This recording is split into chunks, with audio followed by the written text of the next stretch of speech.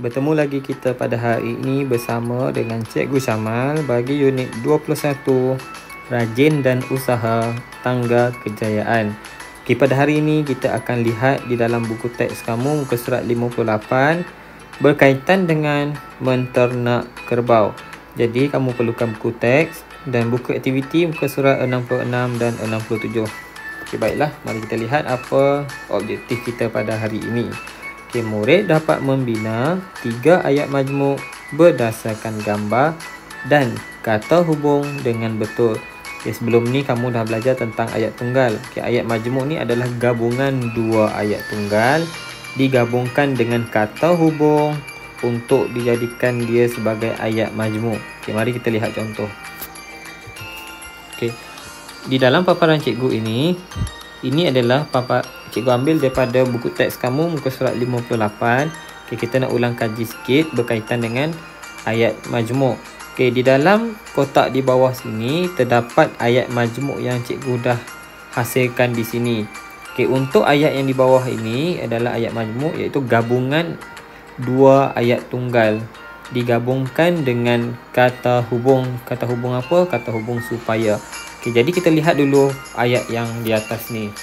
Okay, di dalam kotak di atas ni, okay, ayat yang pertama ditulis pekerja itu memakai sarung tangan. Okay, ayat yang kedua, tangan pekerja itu tidak cedera. Jadi dua-dua ayat ni adalah ayat yang tunggal. Sebab bila kita perhatikan ayat ini, kedua-dua ayat ini tiada kata hubung di dalam dia. Jadi dia adalah ayat tunggal. Yang pertama ni ayat tunggal, yang kedua ini pun ayat tunggal. Jadi macam mana kita nak gabungkan? Kita perlu kenal pasti satu kata hubung. Okey, di sini dia dah nyatakan kata hubung supaya. Jadi kita nak gabungkan macam mana? Okey, kita baca balik contohnya macam ni. Ayat yang pertama kita salin semua. Pekerja itu memakai sarung tangan, sama macam kat atas, jangan titik. Okey, awak letaklah supaya apa?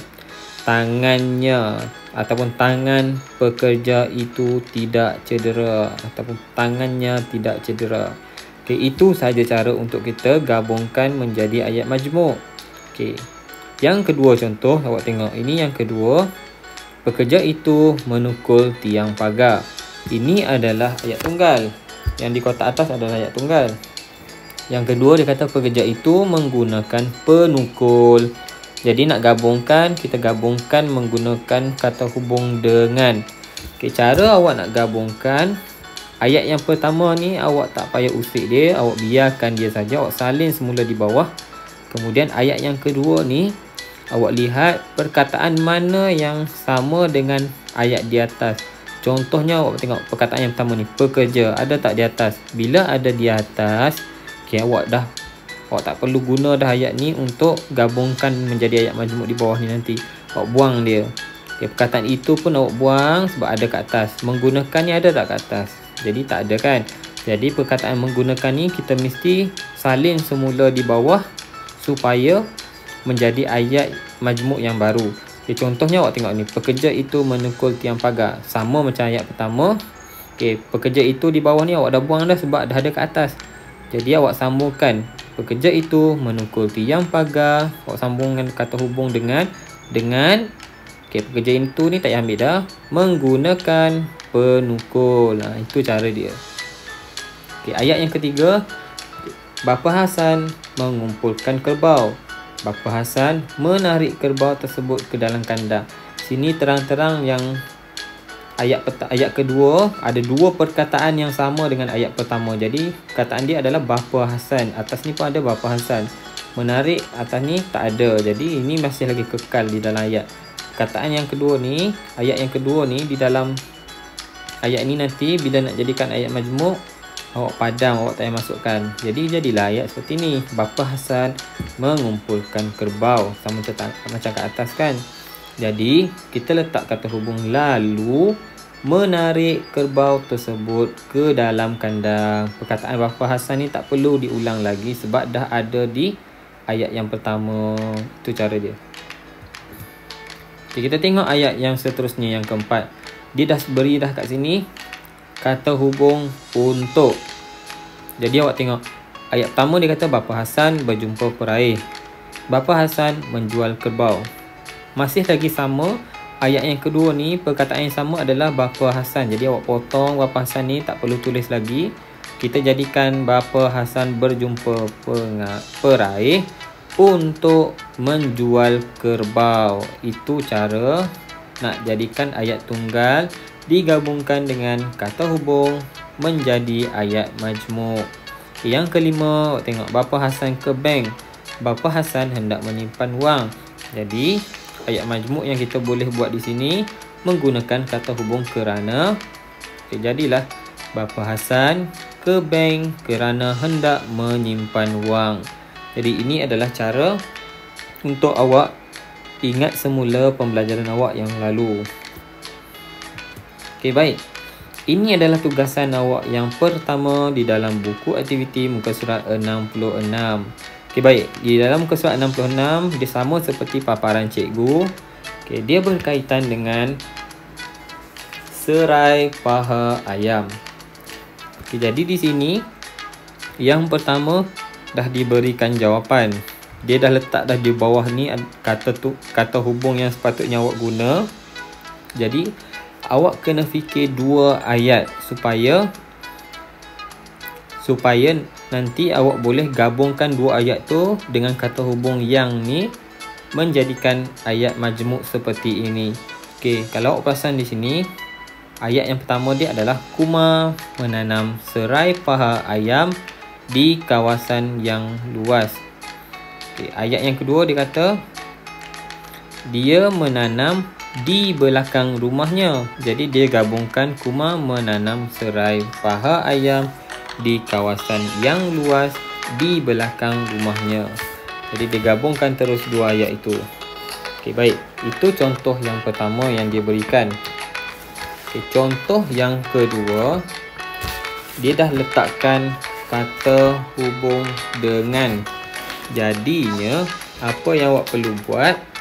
Awak perlu perhatikan gambar ini. Kemudian awak perlu bina ayat tunggal, ataupun kalau awak dah boleh terus bina ayat majmuk menggunakan kata hubung dengan, awak boleh teruskan.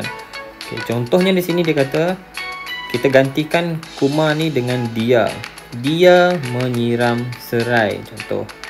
Kalau awak nak letak lagi kata yang lain, awak boleh gabungkan terus. Dia menyiram serai dengan, awak tengok apa? Dia siram serai dengan apa? Penyembur automatik ke awak tulis, penyembur air ke. Okey, awak gabungkan ayat menggunakan kata hubung dengan. Itu yang kedua. Okay, yang ketiga, okey, contohnya cikgu letak di sini. Contoh cikgu letak Kumar balik sebab tadi dah guna dia dah kan. Okey, dalam gambar ni dia letakkan baja dan dia ada satu perkataan di sini. Okey, perkataan ni iaitu kata hubung supaya. Jadinya awak perlu gunakan kata hubung supaya ni untuk menjadikan ayat ni ada ayat majmuk. Contoh cikgu letakkan dua sahaja di sini, dua perkataan iaitu Kumar. Siapa yang buat? Kumar. Perbuatan dia meletakkan. Dia letakkan apa? Supaya apa? Okey, supaya ni awak kena gabungkan. Contoh kalau sini dia letakkan baja.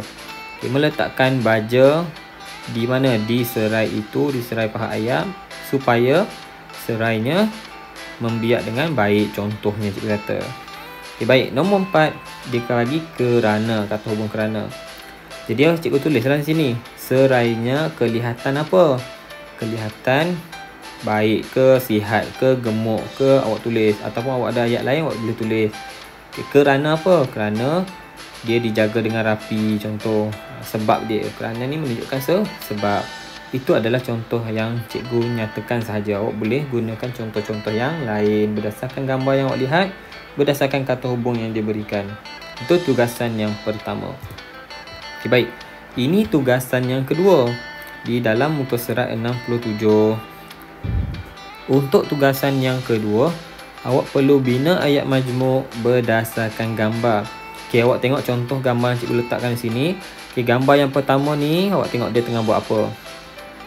Gambar yang kedua ni, dia tengah buat apa. Jadi awak gunakan kata hubung yang di tengah-tengah ni, iaitu atau, untuk awak bina ayat. Perhatikan gambar. Ayat pertama ni dia buat apa, awak nyatakan dulu. Ayat tunggal yang kedua untuk gambar ni, apa dia buat. Kemudian gabungkan dengan atau, awak letakkan di sini. Okey, baik. Kalau awak perasan di sini adalah gambar memegang pisau yang besar. Di sini memegang pisau yang kecil. Jadi awak boleh gunakan atau pisau besar atau pisau kecil. Contohnya begitu. Okey, yang kedua contohnya awak tengok. Dia kata ayat yang pertama ni, okey, dalam gambar yang pertama ni ada satu perbuatan iaitu mengikat serai. Kemudian dia longgok-longgokkan. Kemudian dia gunakan kata hubung dengan. Jadi awak tulislah kalau dia perbuatan dia mengikat, dia menggunakan apa? Menggunakan tali, contoh. Okay, yang seterusnya, yang ketiga. Yang ketiga menggunakan perkataan lalu. Okay, selepas diikat, disusun dulu sama rata. Okay, lalu apa? Lalu dia masukkan ke dalam kotak untuk dijual, contoh. Gunalah perkataan lalu. Ini ayat tunggal yang pertama.